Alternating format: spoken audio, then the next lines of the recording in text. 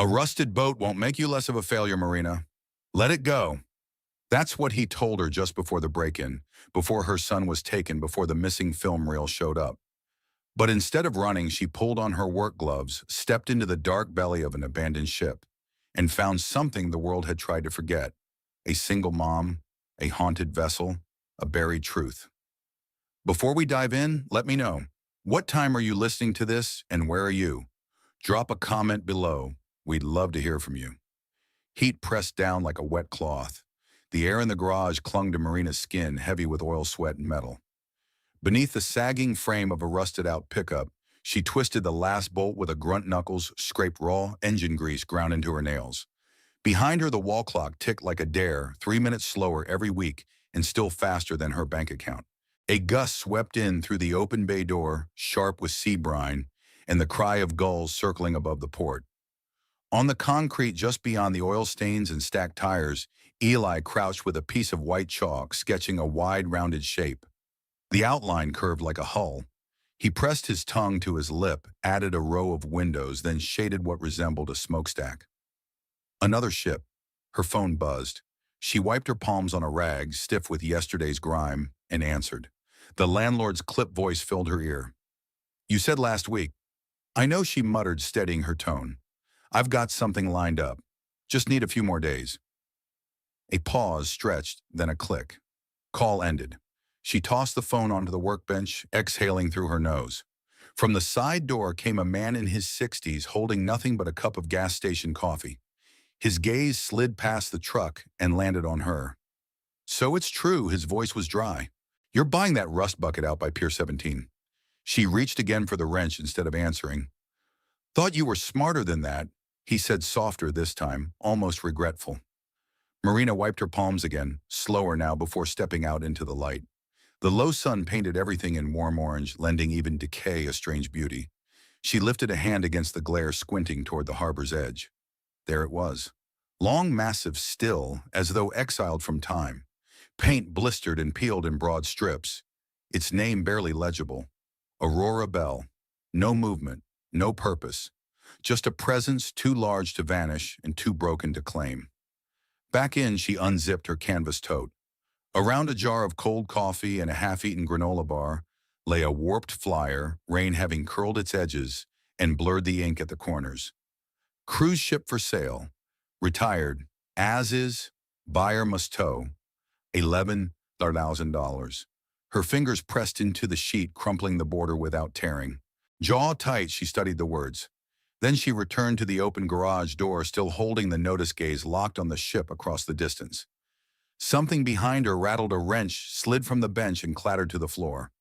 She neither turned nor spoke.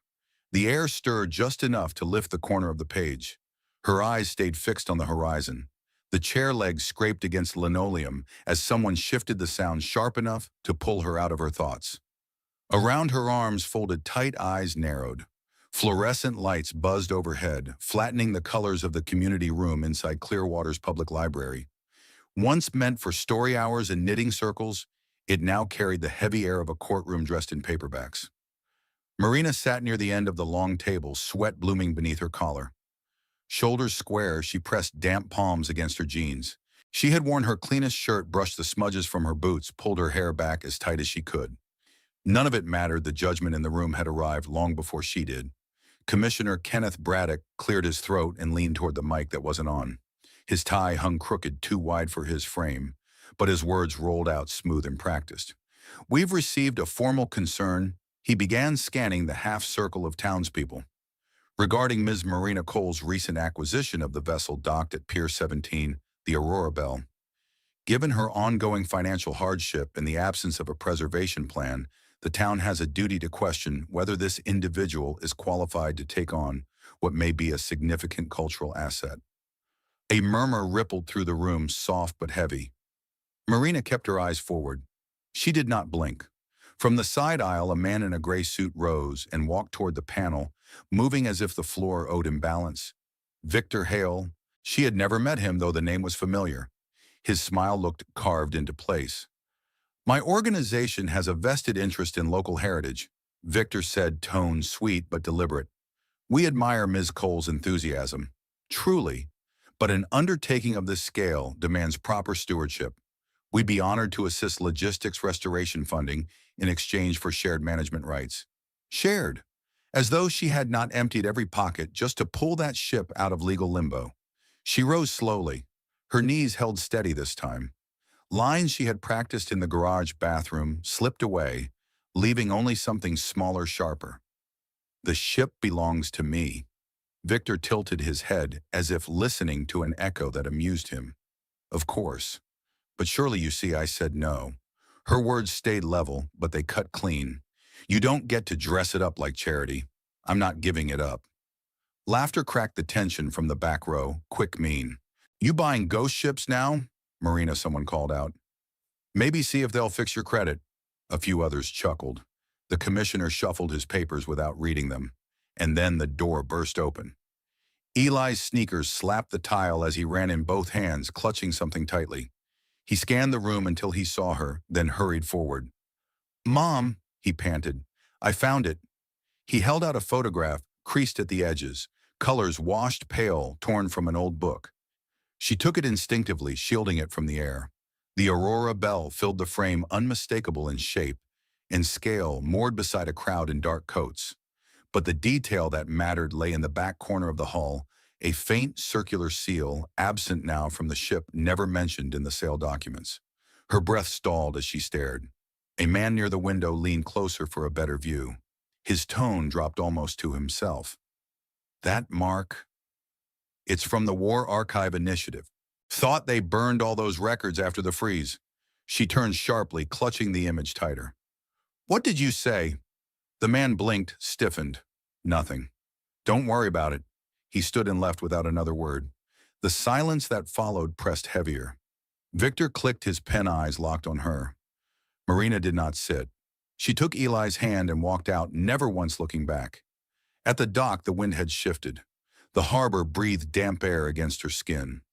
Aurora Belle loomed in the distance, the last light of the day dragging long shadows across its flanks. Rust layered thick over the hull. A padlock dangled from the stern hatch, stiff with age. She stepped closer, the folded photograph tucked in her back pocket. Her fingers brushed the jagged paint, tracing it like braille. She had no words, and none were needed. Eli pressed his palm to the cold metal, steady, almost curious. He did not ask what came next. The ship groaned faintly in the breeze. They both stood still. Then Marina reached for the rusted padlock at the stern hatch. Metal scraped against metal as she forced it open, the sound sharp in the fading light. Eli moved closer, gripping the flashlight tighter. A bolt snapped beneath Marina's boot as she pushed the hatch wide and stepped into the engine room. The air hit differently down there, thick with rot and rust, stagnant and sour. Eli ducked in behind her, the flashlight beam trembling across corroded pipes and drooping wires. Puddles spread across the floor, catching warped reflections of the ceiling like shattered glass. Near the metal stairs, she paused with one hand braced against the wall. Her breath came shallow, not from effort. The walls pressed close, the ceiling too low. She blinked hard, swallowing a dryness that scraped her throat. Dampness gripped her skin like a grasp she could not shake. Her eyes flicked toward the narrow corridor, then away again. Not here. Not now. She stepped carefully around a rusted toolbox, the kind with latches that once made her flinch. Eli moved ahead, his voice echoing too loud in the metal chamber. Why would they just leave all this? Marina gave no reply. Her flashlight swept over collapsed shelves and a ladder bolted to the far wall. Most of it looked like storage pipes, broken gauges, rags that had long since lost their color. At the edge of the room, Eli knelt beside a loose plank set unevenly into the floor. There's something under this. He pried it up with both hands. The board gave with a groan, revealing a square opening, dark and still. A chill seeped out sharper than the rest of the ship. Marina crouched beside him and aimed her light downward. A metal rung descended into what looked like a second deck, smaller, hidden, and most importantly absent from the blueprints. They shared a look. Then Eli started down first. The air cooled with every step. Moisture crept through their shoes, and the smell shifted less. Mildew, more old timber, and oxidized steel. Walls pressed close to the ceiling, lower than any passage they had walked. Preserved yet wrong. At the base of the ladder, Marina turned slowly. Wooden crates lined the wall, stacked tight, nailed shut, each one stamped or scrawled with faded marks. Some bore red wax seals, others tied with string. No dust, no vermin. Just a hush so deep even the ship's usual groaning seemed far away. She knelt beside the nearest box and wedged her wrench under the lid. Wood splintered, then popped with a dry crack. She lifted it, carefully braced for mold or rope. Instead, canvas. A bundle, edges yellowed. She peeled it back, revealing a painting in muted tones. A woman in profile hair, swept low, her expression unreadable. The surface carried the wear of time, as if once submerged then pulled free before decay could finish. Marina stepped back, lifting her light to the lower right corner of the frame. Letters stood out in small, deliberate print. E. Modigliani. Her face remained still, but her eyes locked hard on the name. Fingers hovered above the signature, careful not to touch. Eli whispered, "Is it real?" She released a breath. "I don't know." The quiet thickened again, heavy but not hostile. After a beat, she closed the lid, pressing the nails back into place, and guided Eli toward the ladder. Neither spoke as they left the ship. Salt air struck her face differently, this time not clean, but cutting. Back at the garage, Marina dug through a drawer for her charger and propped the old phone against a coffee mug. She typed the artist's name, scrolling until her thumb hovered over a headline. Missing works of Wahi, the disappeared decades. She tapped it. The page began to load, then froze. The Wi-Fi icon spun, vanished. The screen dimmed, leaving only the headline and a black and white photo of a museum wall, blank frames outlined in wire. The faint glow lit her jaw, set hard as stone. She left the phone face down on the bench. Outside, the night pressed heavy against the garage windows. By morning, tools rattled in the back seat as Marina pulled to the dock, heat already pressing through the windshield. A bucket padlock, industrial sealant, everything she needed to close off the hidden deck before anyone else discovered it. Gulls wheeled overhead, quieter than usual. The tide had fallen low ribbons of seaweed clinging to the pier posts. But the silver SUV had not been there yesterday. It sat too clean against the battered rails, sunlight flashing across its hood. Temporary tags, tinted windows, a car designed to blend yet impossible to ignore. A man stepped out just as she reached the gangway. Gray suit, slim cut, no tie. He carried himself like someone who never asked permission. "Mrs. Cole." His tone was smooth, polished. "I understand you're the current owner of the Aurora Belle." Her grip tightened around the sealant bucket's handle. He smiled mildly as if commenting on the weather. "There's been a report," he continued. "Possible undocumented artifacts aboard the vessel. Our organization was notified." By who, he didn't blink. "We received tips, sometimes anonymously." Her gaze caught the card he displayed, Victor Hale, Heritage Restoration Alliance. Same name, same voice, now in flesh. "We specialize in historical reclamation," he said, slipping the card back into his coat. "Depending on what's found within a ship like this, could fall under federal jurisdiction." She swallowed the retort that rose too sharp, too fast. Instead, she gave a tight nod and stepped past him, feet ringing against the metal ramp. The ship met her with its usual dampness, but something was wrong. A trace of synthetic cologne, a smear through the dust along the railing. Her eyes found a broken floodlight near the portside walkway. Something glinted in the hollow base.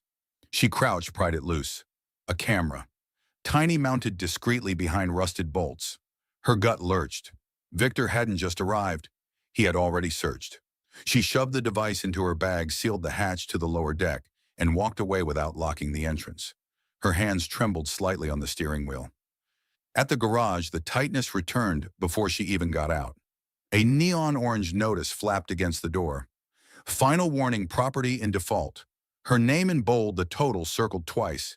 She left it hanging, went in, packed tools into their cases with methodical silence. Reaching to fasten Eli's seatbelt, she froze. His side was empty, her head snapped up. She scanned the lot, called his name once, then louder. Panic spread from her ribs outward.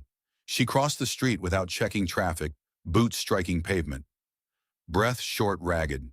Then she spotted the open library door. Cool air hit like a slap as she entered. She hurried past the desk, scanning aisles. The librarian pointed wordlessly toward the back. Eli sat cross-legged on the carpet, a heavy book spread across his lap. He didn't look up. This looks like our ship. He tapped a photograph on the page. She knelt beside him. Black and white grainy soldiers in long coats near a loading ramp, a painting wrapped in canvas, passing from hand to hand. Why would people hide art, he asked softly. Why put it on a boat? Marina studied the picture. The hull lines, the tilt of the deck. Too exact. Her mouth stayed shut. Eli turned the page. Another image, a secret dock, crates at midnight, flashlights slicing fog. He looked at her again. Were they afraid her eyes stayed on the paper? But her hand found his shoulder resting there, light as air. Her pulse hammered and the questions did not let go. That night she steered them back to the harbor. Sleep caught her off guard in the captain's quarters. The air smelled of rope and salt, the cot barely wide enough for one body, much less the weight she carried. She had locked the door, wedged a wrench into the latch, set an alarm on her phone. Yet exhaustion crept in anyway. A clatter snapped her awake, sharp, metal against wood. She seized the flashlight before her eyes adjusted. The wrench was gone. The door sagged open, a sliver of hallway light spilling through. Bare feet on cold steel, she moved fast, scanning the shadows. One of the crates near the stairwell lay splintered lid hanging loose. Her stomach turned to stone. She rushed forward, pulse hammering in her throat. The linen wraps lay shredded, tossed aside like packing paper.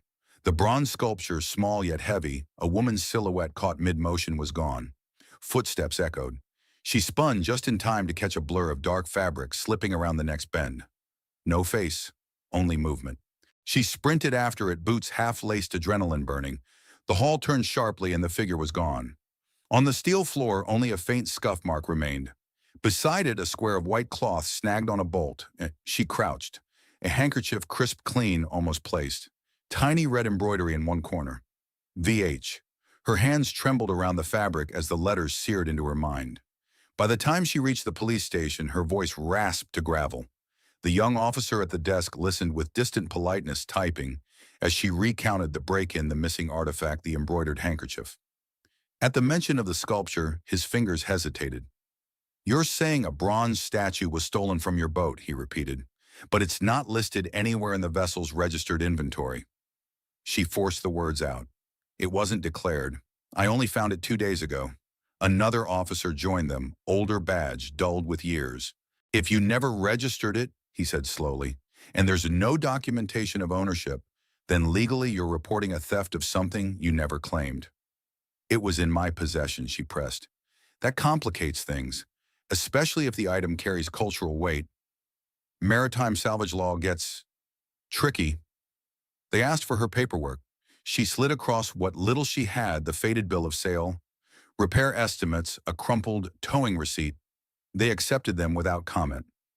"We may need to hold these while the state conducts a preliminary review," the older one added.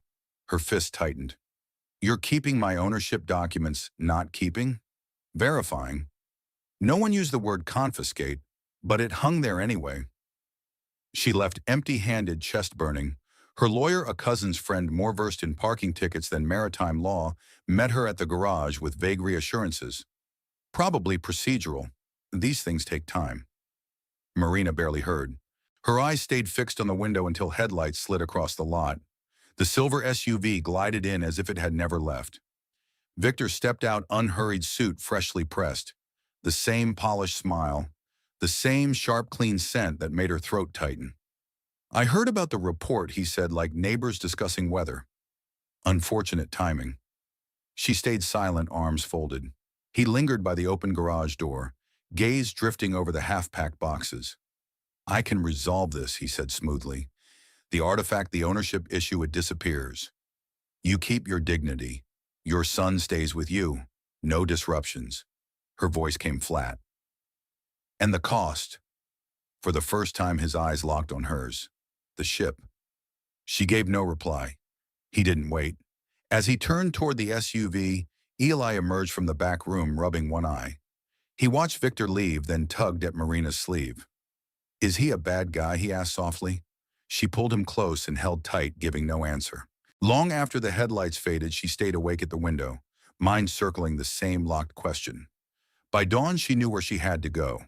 The university parking lot was nearly empty, pavement slick with drizzle that had not yet become rain.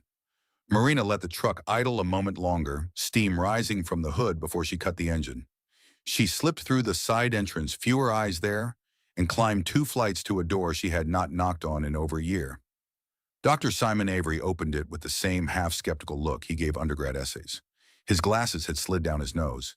He nudged them back with one finger. Marina Cole, he said, as if still deciding whether her name belonged in this hallway. Still keeping that old Jeep alive?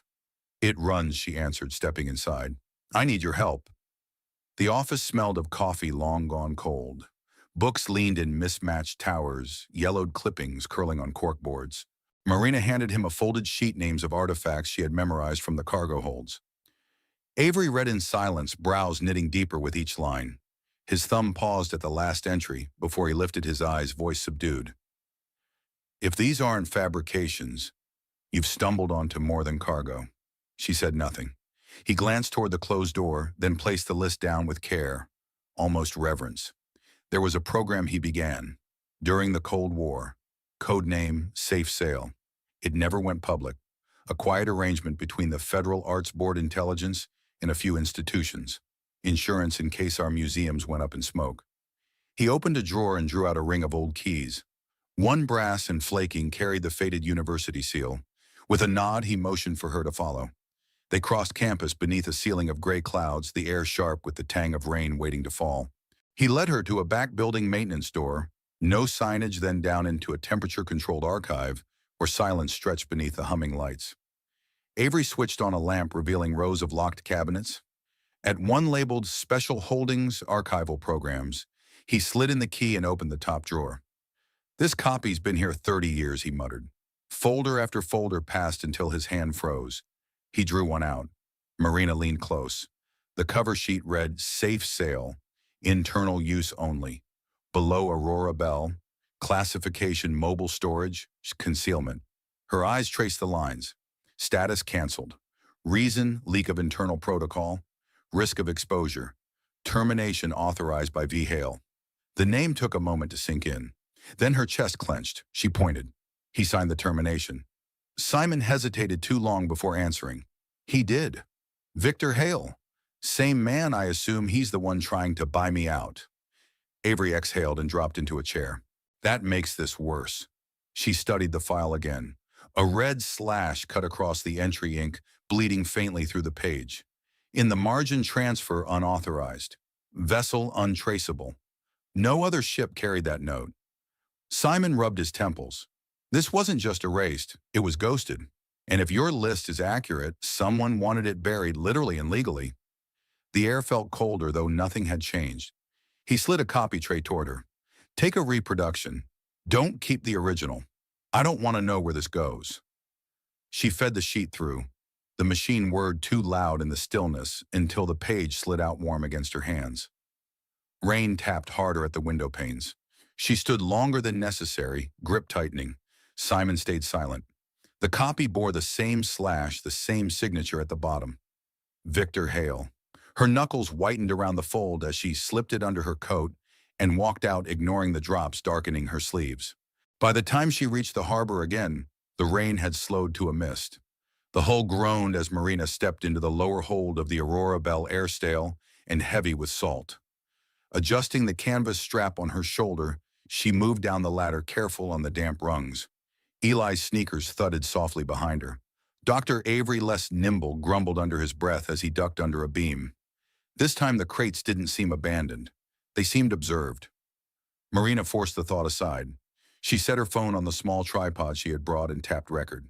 The screen flickered, then steadied, throwing a cold glow across the space. One at a time, she said, steadying her tone. We need everything documented. Avery peeled back the tarp from the first crate. Beneath it, a marble figure reclined at an angle, base cracked, but body intact, a robed woman, arms raised skyward. Marina whispered the inscription as she traced the letters with a gloved finger. Eli crouched near the far wall, prodding the floor with a long bolt. Marina kept the camera running, cataloging one treasure after another until his voice broke the hush. Mom. She turned. What is it? There's something strange here. He knelt on a slat that shifted under his weight. Marina set the tripod aside and joined him. Together they pried it loose, brittle wood snapping with a dry crack. A narrow compartment opened beneath. A small wooden chest rested there. No markings, no hinges, only an iron clasp dulled with age. Dust swirled into the flashlight beam as she brushed it off, coughed once, then forced the clasp open. The lid groaned. Within lay a 16mm reel coiled in faded velvet, beside a letter folded in thirds. When she lifted the paper, the fragile edge tore slightly. Without speaking, she handed it to Avery. He adjusted his glasses, eyes narrowing. French, he murmured. Government seal. Ministry of Culture. Marina's gaze dropped to the stamp Ministère de la Culture. Confidentiel. Smudged ink suggested it had once belonged to a larger file. She unfolded it further, cursive handwriting elegant but beyond her. What does it say? Eli whispered. Avery's breath escaped slowly. Not much I can make out. But the date August 1944. This isn't an inventory, more like a personal note, possibly encrypted. And the reel, he tilted it to the light. Hand etched. See along the rim, faint numbers glinted. 41.3 Daganen, 28.9769 E. Coordinates, Marina asked. Seems so. She raised her phone to photograph, paused, then switched to video. Every fragment mattered now, the reel, the chest, the letter, the numbers. Avery's voice sharpened. We need a translator we can trust. And this must be secured immediately. If anyone, he did not finish. He did not need to. Together they climbed back to the deck, the chest wrapped in canvas pressed tight beneath Marina's arm. The sky had turned indigo storm clouds sagging low. Wind threaded the rusted rails tugging at her shirt. Eli wandered toward the bow, pausing at an uncovered statue. His hand skimmed the bronze wing of an angel. Smile, Marina said, lifting her phone. He glanced up, grin flashing. She caught the moment amber light spilling across his face, the ship's shadows stretching long behind him. Then the screen blinked. A new icon pulsed live. Her thumb hadn't touched a thing. The red light wasn't recording. It was streaming. What? She whispered, dragging the phone closer. Avery leaned over. Did you know controls were locked? The lens stayed fixed on Eli, still grinning beneath the statue's shadow. The screen brightened just enough to suggest an audience. Someone was watching. Her pulse slammed hard. She shut the phone down, but the thought lingered louder than any alarm. This was no longer discovery. It was exposure. Sleep never came easily that night. An envelope waited on the workbench, thick and official, stamped with the district court seal. Marina stared at it before breaking it open. Words blurred, not from print, but from the hitch in her breath. Civil summons. Plaintiff Victor Hale. Cause unlawful possession of cultural property. She sat down hard on the wooden stool. The paper trembled in her hands. The knock came minutes later. Not a friend, a school liaison. And behind her, a man Marina had not seen in years, though his shadow had never left Eli's father. Polished, rehearsed, a predator disguised as a parent. Due to concerns about stability in the home, the liaison said gently, Eli will be placed temporarily in his father's care until court mediation. Her ears rang. The signatures, the hand on her shoulder, the word temporary delivered like kindness. None of it registered. By the time they left, Eli was already in the car. He didn't cry. He simply pressed a drawing against the glass, a ship sinking beneath jagged waves. No lighthouse, no sky.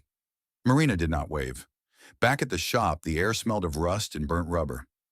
Eli's lunchbox waited on the bench untouched. She sank to the kitchen floor, knees striking tile hands still streaked with oil from the engine she had abandoned. She made no move to wipe them clean. The silence wrapped her like wet cloth. Then Simon stepped in. No knock, just the ease of someone who knew the place from before. Rain soaked his jacket, fogged his glasses.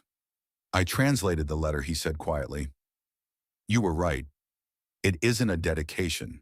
It's a confession. Marina stayed low, gaze fixed on the floor. Simon crouched and unfolded a printout, smoothing its corners with care. From a private collector, a Jewish man who'd lost his family to seizures and blacklists. He helped smuggle pieces out of occupied cities. In the final lines, he entrusted everything to a single vessel, Aurora Bell, because he believed it would vanish. And he feared one man above all, Victor Hale. Her head lifted at last. He named him by surname only. The date is 1944. Likely his father or grandfather. Same bloodline. same motive. Each word seemed to shift the floor beneath her. Her grip tightened on the stool leg. Simon went on. We can take this to the authorities. It isn't legal ownership, but it proves provenance. The ship was never part of Victor's alliance. This letter shows they won't care, she cut in. They've already chosen a side. The fluorescent light overhead crackled. She rose, wiping her palms with a rag out of habit, smudging grease across the printout. Simon hesitated. You should rest. I'll rest when I get my son back. Her tone was hollow steady. The room seemed to hold its breath. He laid a folder beside her tools, placing a flash drive on top. I digitized the letter. And the video from the hold. If anything, she didn't let him finish. The drawer slammed as she hid the drive inside a hollowed wrench handle an old hiding place revived. Simon lingered a moment, then nodded and left Rain swallowing him again. Marina turned back to Eli's drawing, frantic black waves engulfing the ship, a single word scrawled in block letters, save. Her eyes stayed dry, though heat burned behind them. She grabbed her jacket, pocketed the drive, and stepped into the storm. The road carried her to the harbor before dawn, the Aurora Belle waiting in silence against the tide. Wind carried salt and static through the cabin. Marina crouched by the navigation console, fingers darting across the playback buttons on the jury-rigged security system. The footage stuttered, froze, then resumed in gray tones. Shadows blurred across the screen until one frame stopped her breath. A man. Not tall, not hurried, purposeful. He descended the narrow steps into the hidden hold and paused only to lift the latch on the second crate. From within, he removed a metal canister, another film reel. No searching, no hesitation. He knew exactly where to look. Marina leaned closer to the monitor, jaw tight. She scrubbed back through the footage frame by frame until one angle caught a partial profile, the brush of a hand against a coat pocket, a faint limp in the left leg. Simon stood behind her, arms folded, eyes narrowed. That's Richard Ames, he muttered. The name repeated in her mind. Richard Ames. Senior advisor to the Cultural Heritage Council, always half a step behind Victor Hale, always present, always silent, and he had been in the hall that night, tucked at the back during the town meeting. Simon shifted. You need to take this to someone, a real outlet. Force it into the open. Marina muted the screen. They'll edit it, she said flatly. Clip the wrong part, dilute the truth. Make it digestible. Then what, I'll tell it myself. She turned her laptop and began typing. The site was plain black, text on white, a banner reading the Aurora Belle Archive. No profile, no request for money, just images, each item laid on canvas, lit gently, accompanied by a single paragraph in clear, unadorned words. A girl once kept this painting under her bed. When her parents were taken, she passed it to a stranger. The stranger wrapped it in linen, passed it from hand to hand until it reached a boat. That boat sailed toward nowhere, hoping no one would ask what it carried. She posted 5 entries. By midnight, 100 views. By noon, thousands. Comments followed, careful and deliberate. My grandfather used to talk about a ship like this. There was a boy in Paris who gave up a violin. His name was Adrian. Maybe it's his. Do not stop. Please. Marina read each one without blinking. No replies, no deletions. Then an email appeared. Subject Re. The bronze sculpture. 1 paragraph. I served night shifts on the Aurora Belle from 85 to 88. I was never supposed to go below, but one night power failed, and I went to the generator. I found crates. I saw what they held. I was told never to speak, but I took one reel. I still have it. The signature was shaky, WS. She read it again, 5 times. 6. The reply window blinked empty. Simon leaned over. Do you trust him? She closed the laptop. I don't trust anyone. Her spine cracked as she stretched the ache deeper than age. Simon reached for the spare battery. We'll need to document everything. If this grows, Victor won't be the only one coming. But Marina's gaze had shifted beyond the pier. One of the bow floodlights blinked, not burned out. Once, twice, 3 short pulses. She walked out, eyes fixed. Embedded in the casing, a faint red glint pulsed. A camera, watching from within. Her breath caught between fury and fear as she stepped back. Downstairs, Eli's sketchbook lay open. A new drawing filled the page, a ship, but this time with an eye. Painted red, wide open, watching. Marina knew she couldn't wait. The ship was being watched, and so was she. By morning, she was already on the road. Marina drove inland, the storm still clinging to her coat, when she reached a nursing home on a quiet ridge shaded by oaks. Paint peeled from the porch rails. A wind chime of old keys clinked in the breeze. She passed faded deck chairs to the front desk, where a nurse pointed toward a half-open door. The faint smell of menthol drifted into the hall. Walter Shepard sat in a recliner wool blanket across his knees despite the heat. His hands shook as he reached to silence the small television, humming in the corner. On the side table rested a cigar box scuffed and banded in duct tape. "You're her." His voice was dry but alert. Marina nodded, stepping into the dim room. Shepard Simon said from behind her, offering a slow handshake. "Thank you for agreeing to this." Walter gestured at the box.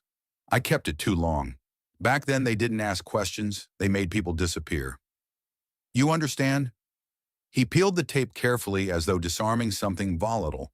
A metal reel lay wrapped in an old dish towel, edges worn but intact. He handed it to Marina without ceremony, then looked straight at her. "You remind me of someone," he said. "The captain's niece." She never flinched either. Later that afternoon, they watched the reel in a cramped university archive, a projector buzzing in the corner.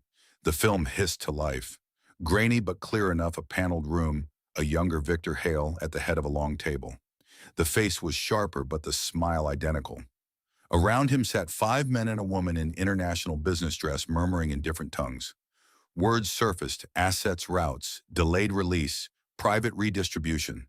Then Victor's voice rose steady and unmistakable. "We have a window. What's aboard the Aurora is old enough to forget, valuable enough to divide." The final seconds caught a dark-bearded man in uniform, eavesdropping through a cracked door. Shepard leaned forward. The captain. He knew. Marina's hand moved without hesitation to the digitize button. The machine saved the file in silence. By nightfall, she was back aboard the Aurora Belle. Wind slapped the flagpole, the air heavy with salt. The lights failed just after 11. Not a flicker failure. Every bulb black. The control panel blinked once and died. No groan from the generator. No struggle. Only silence. Marina reached beneath the console for the taped flashlight. The vault corridor yawned open. Someone had forced it. They expected her gone, but she wasn't. She crouched behind the bulkhead and flipped a hidden switch. A hum stirred underfoot, an auxiliary battery she'd wired 2 nights earlier, powering one thing: a backup camera. Its red light blinked alive as the latch of the captain's safe clicked. Footsteps creaked. A figure in black crossed the hold, pried open a crate, cursed at the emptiness. She had moved the contents that morning, locked away in her car under a sensor light at the far end of a public lot. The intruder turned to the safe. Marina lifted her phone. One shortcut, one tap. Transmission started. A bar crawled forward. In the dark, metal screeched as a panel tore free. She pressed against the bulkhead, breath steady. A shoe scraped closer, too near, too fast. She didn't flee. Her hand found the flare gun hidden under the engine diagrams. With a practiced snap, she cocked it and leveled at the doorframe. The shadow drew near. By dawn, the ship still stood, and so did she. Heat clung to the ship's railings as Marina adjusted a mic stand on the Aurora Belle's deck. A folding table, 2 dented speakers, and a wrinkled white sheet made a makeshift backdrop. Nothing polished, only enough to tell the truth. Half a dozen chairs faced her. A handful of professors from the university sat stiffly. 2 student reporters scribbled in worn notebooks. An older man with a vintage camera hovered near the stern, fussing with his lens as though clarity mattered. Simon tapped her elbow. "No live stream. Recorded only." Ready, she gave a small nod. Eli stood close, arms crossed like armor, gaze sweeping the dock. Marina leaned toward the mic. "I won't read a statement. You'll hear it yourself." Simon pressed play. The projector hummed. Shadows flickered across the sheet, murmurs around a long table talk of distribution rights. The phrase "waiting for the right time" landed heavy in the still air. No names, no faces clear. Yet the unease spread. A scarf adjusted, a pen lowered. Then a voice cut through. "Enough." Victor Hale strode up the gangplank, blazer sharp against Hayes' shoes, tapping metronome true on rusted steel. "You're circulating doctored footage. He said, smile pulled taut. Defamation. Malice. I'll see you in court. His glance swept the camera, the students. Did any of you verify chain of custody? Marina met him without blinking. From her jacket, she drew a small brass pocket watch, setting it on the table. My grandfather repaired this after the war. It never worked again. But within it, an inscription remains. She twisted open the back. Several leaned close. Date of transfer. The day Aurora Bell entered Safe Sales custody. Off the books, not erased. Victor's eyes tightened. He reached forward. Marina's stance barred him. It's fragile. Before he could reply, the projector clicked again. Another real one, not yet shown. This time, no shadows. Victor himself, 25 years younger, laughing beside Richard Ames and two now identifiable men. His voice carried clear. We store it until they stop asking questions. Then we open the gate. He turned just as his own face filled the screen. For once, no words came. Eli edged closer to his mother. The audience froze. Even the wind stilled. A voice from the back, is that the same Victor Hale who chaired the Cultural Preservation Trust? Simon stepped forward. Full footage will be released tonight. Unedited. No commentary. Victor spun, retreating down the ramp. His heel snagged on a bolt. He staggered. No hands reached out. On the dock, whispers swelled. Phones rose, streams went live. Marina closed the watch and slid it back into her coat. Victor halted, halfway, eyes narrowing, not rage this time, but calculation. His lips shaped words too soft to catch. Simon murmured, "You okay?" Marina glanced at Eli. He wasn't smiling. His stare fixed on Victor, the way she once watched the man who locked her in that basement, fearless and colder still.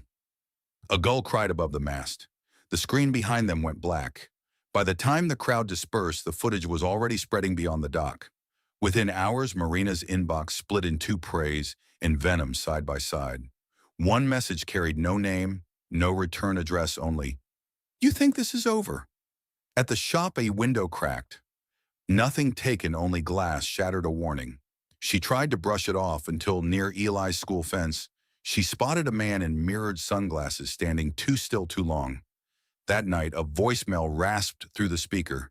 "You stirred ghosts, better left buried."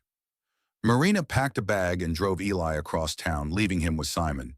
She kissed the boy's hair and whispered, "He doesn't need to see me flinch." Simon only nodded. Back on the Aurora Bell, quiet pressed in but offered no peace. Marina lay in the captain's quarters, listening to the hull groan and a fan hum. Then another sound, not metal fatigue, a tick, mechanical, steady. She traced it to an old nautical clock, the kind that should have died decades ago. Her fingers eased the backplate free. A blinking red eye stared back. A camera wires trailing behind the paneling, dust caked around its edges. Whoever planted it hadn't returned in years, but the feed had never stopped. She followed the wire past the engine room to a locked metal box near the bulkhead. No markings, no keyhole, just 4 screws. With a tool kit, she pried it open. A cluster of drives spun faintly within their lights, blinking like tired eyes. Folders marked by year, some reaching back to 2013. On her laptop, grainy footage unfolded, empty rooms, storms, the crawl of rust. Then a man stepped into frame. White shirt, gold cufflinks. Victor. Younger but unmistakable.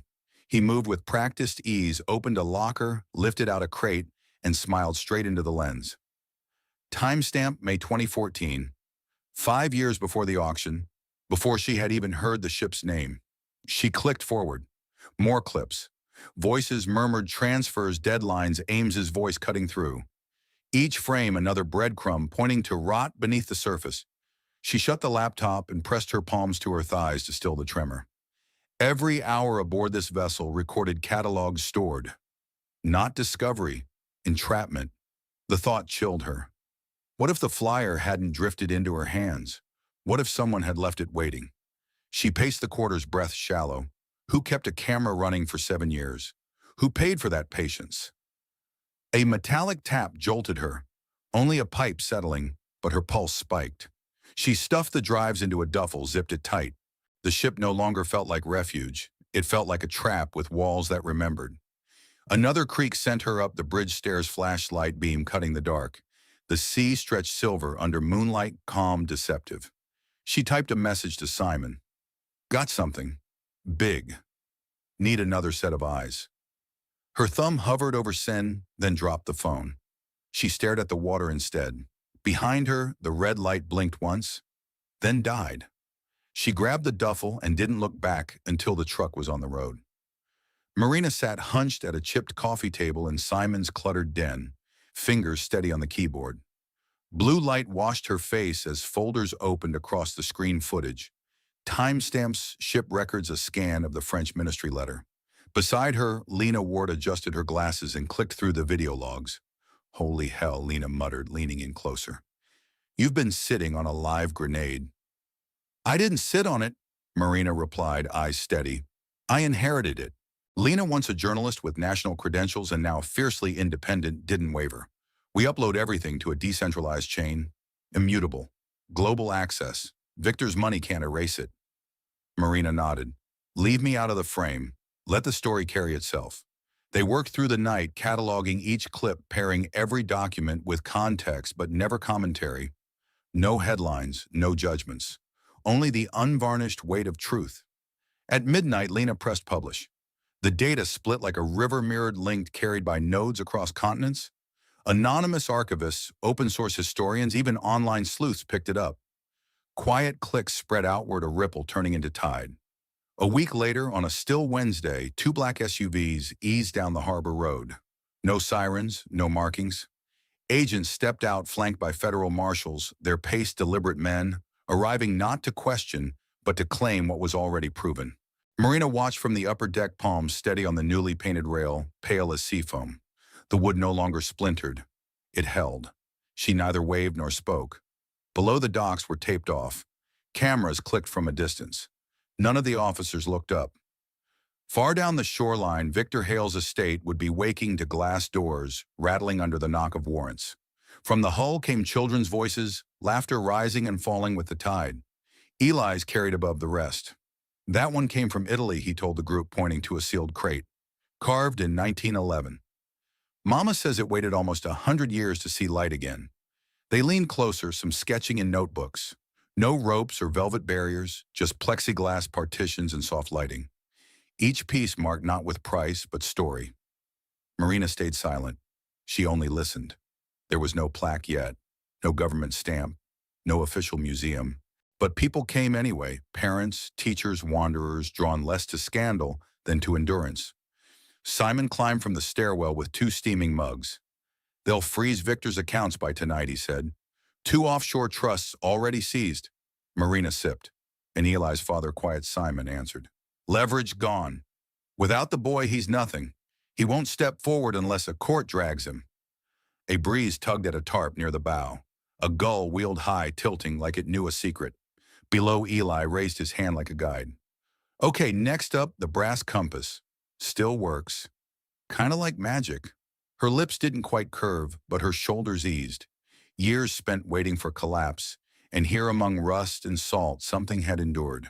Something had rooted. The sun slipped lower. An agent glanced her way, then returned to his clipboard. Marina kept her hand on the rail eyes, tracing the horizon where sky met water. In the days that followed, the ship was scrubbed, wired, and readied not for departure, but for unveiling. Morning mist lingered over the harbor as chairs were set across the deck. Thin ribbons, pale blue and cream, fluttered against the rising wind. From behind a porthole, Marina watched strangers take their seats. Faculty, city officials, reporters, holding pens low, in respect. Her clothes were the same boots scarred with oil denim, faded the green jacket she'd worn her first day aboard. Beside her on the stairwell, Eli swung his legs above the next step. No words came from her. The mayor spoke briefly of truth and restoration. The dean of art listed names of rediscovered works. Polite applause followed. Then instruments appeared, violins, a cello, a battered keyboard carried up by 2 teenagers. When the first notes of Clair de Lune lifted into the salt air, Marina bowed her head. She didn't cry, but her hand tightened around the hem of Eli's sweatshirt. The music wasn't flawless. Bowstrings wavered, piano keys stuck, but it filled every corner of the deck. The notes touched rusted bolts, chipped paint, even the railing where she once gripped as agents closed in. Marina kept her eyes on the steel beneath her boots and let the sound wash through her like tidewater. When it ended, silence outweighed applause. Guests rose some nodding as they passed one, leaving a bouquet of small blue flowers on a crate near the bow. Marina stayed seated elbow propped on the stair rail, chin in her hand. Sunlight slanted across the deck, catching the brass compass fixed near the captain's door. That was when the old woman arrived. Hair white tucked into a soft bun beneath a woven hat, she moved slowly but steadily. Her hand, when it slipped into the satchel, didn't tremble. "I hope I'm not intruding," she said, voice like parchment, fragile but sure. Marina glanced up, blinked once, and inclined her head. "I was a child when it happened," the woman continued. "But my grandmother, she was the one who wrapped the painting in brown velvet. The woman in the field." Marina's posture shifted, not in shock, but as if grounding herself. "She told me to remember the ship's name, Aurora Bell, just in case it ever surfaced again." From her satchel came an envelope creased in yellow corners, worn soft. Inside lay a single handwritten note, French script, faint with age. Marina didn't open it. "I never thought it would resurface," the woman said, "or still be a ship. But then I read your blog. You didn't treat it like storage. You treated it like it lived." This time Marina met her gaze fully. Not surprise, not thanks, recognition. They both carried a story they hadn't chosen but refused to abandon. Marina accepted the envelope, covering the woman's hand with her own. Words weren't needed. The woman smiled, small, reserved, and drifted back into the departing crowd. A gust rattled the rigging. Eli leaned close. "Mom, was she important?" Marina studied the envelope in her lap. "She is now," she murmured. Below, the ship's bell tolled once, then twice. The sound carried across the harbor, deep and clear. For the first time in years, Marina didn't brace for what came after.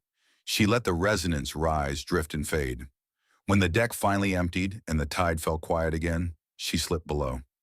In the engine room, the air thrummed with the low hum of metal. Marina sat on the bench beside a disconnected fuel tank, back against the bulkhead. A pipe above dripped steadily. Coils of forgotten wiring littered the floor, ghosts of oil staining the steel.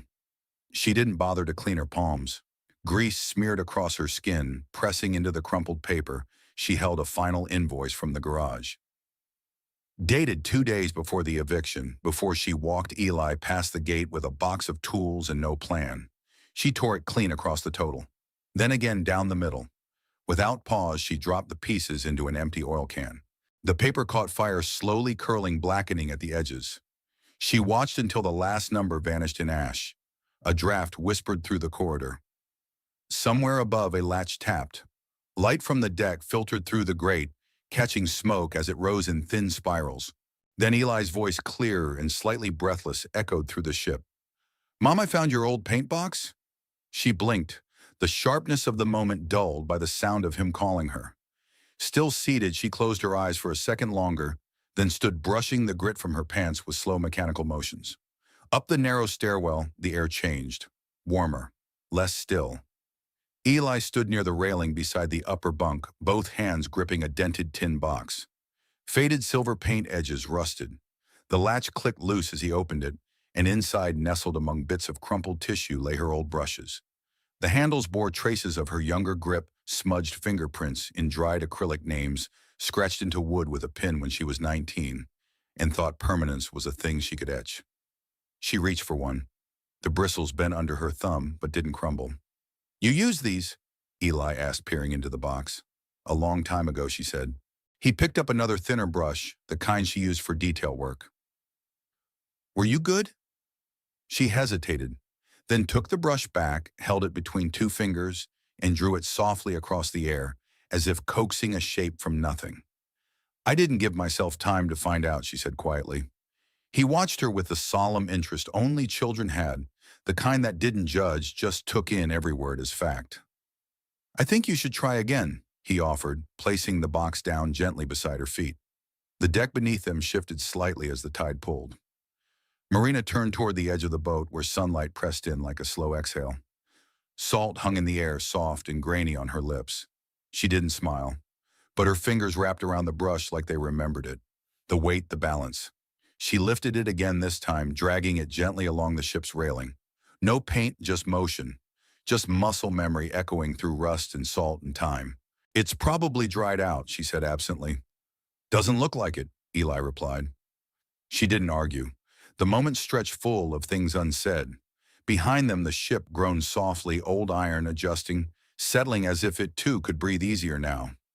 Far off, a bell from the harbor rang once then again. Marina sat on the edge of a supply crate and dipped the dry brush into the lid of a nearly empty jar of primer one of the volunteers had left behind. She swirled it twice, testing. It wasn't the right texture. It didn't matter. Eli lowered himself onto the deck beside her legs, crossed hands resting in his lap. "What are you going to paint?" he asked.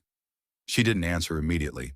She stared out toward the open water, then down at the box beside her. "I don't know yet," she said finally, "but I think I want it to be big." The brush hovered an inch above the wood, big enough to take up space. He nodded like he understood exactly what that meant, and she began to move her hand. The ship groaned under the shifting weight of foot traffic, but it no longer sounded like protest. Students, archivists, and quiet-eyed visitors moved through its narrow corridors with reverence gloves on clipboards ready. Labeled crates lined the mid-deck, their contents already marked for restoration and transport to national museums. But a few items less pristine, harder to trace, remained aboard, not as exhibits, but as echoes. Memory didn't always need glass cases. Marina sat on the top step of the crew's quarters, sipping cold tea from a chipped mug. She hadn't slept much. The air still held a little salt, a little rust, and a steady hush from the harbor. Simon had stopped asking if she wanted to speak publicly. She'd already said no. The congressional hearing was scheduled for Friday. Her name sat at the top of the witness list. Instead, she'd mailed them a slim envelope containing a diagram hand-drawn by Eli. He'd spent an hour making it, tracing each artifact's hiding spot, then adding a border of waves and fish, and one stubborn sea turtle in the corner. No press had covered Victor's sentencing. No camera crews waited outside the courthouse. The charges: racketeering, falsified cultural transfers, obstruction, barely made it past the local column. There was no confetti, no headlines, just a single certified letter from the Federal Cultural Commission. She unfolded it slowly that morning, its language formal but final. "We hereby recognize the vessel Aurora Bell as a living archive, active and open." She placed the letter beneath a magnet on the fridge next to Eli's sketch of a lion with a wrench in its mouth. Then got back to chopping zucchini. "Moom," Eli called from the front room, "someone's at the door." She wiped her hands on a towel and walked toward the front of the house. The woman on the porch looked familiar, though softened, somehow less sharp around the eyes. Her gray sweater clung to her like a coat she'd almost forgotten to remove. "You probably don't remember me," she said. "I do," Marina replied. They stood in silence for a beat, the weight of the first town hall echoing between them. The woman reached into her canvas bag and pulled out a faded photograph, carefully wrapped in wax paper. "This was taken in 1965, she said. "My father worked the docks, did some maintenance on the ship. Said it was the last honest job he ever had." She held it out with both hands. "I thought about keeping it. It's part of my family after all. But if the ship needs it more than I do," her voice cracked slightly. She didn't finish the sentence. Marina took the photo, gently studying the smiling man in overalls leaning against Aurora Bell's hull. The paint had been fresh, then the deck railings still polished. "I don't need it back," the woman added, eyes fixed on something just past Marina. "Just put it somewhere it won't be forgotten." Marina nodded once. She didn't thank her, didn't try to explain what it meant. Instead, she stepped back, motioned the woman inside, and walked to the kitchen. From a drawer, she pulled out a simple wooden frame, unvarnished, a little splintered at the corners, and slid the photo into place. Then, without fanfare, she placed it on the shelf above the reading bench in the lower gallery. No placard, no caption, just a face, a date, a sliver of time returned to where it belonged. That night, after Eli fell asleep on the couch beside a stack of overdue library books, Marina stood alone in the engine room again. This time she didn't sit. She just stood quietly in the low hum, her fingers brushing the edges of the door frame like she was listening for something. A draft moved through. The ship adjusted. Outside, wind lifted the corner of a tarp covering a crate, still waiting for a home. She turned off the light. The echo followed her up the stairs, not sharp, not cold. Just the long exhale of something once hidden, now finally seen. Some ships carry more than cargo. Some wounds last longer than wars. But when one woman decided not to run, not to sell, and not to forget, she reminded us all that heritage isn't just what we keep, it's what we protect. If you were moved by Marina's fight, her silence, and her strength, don't forget to follow this channel. More stories of resilient secrets and quiet revolutions are on the way.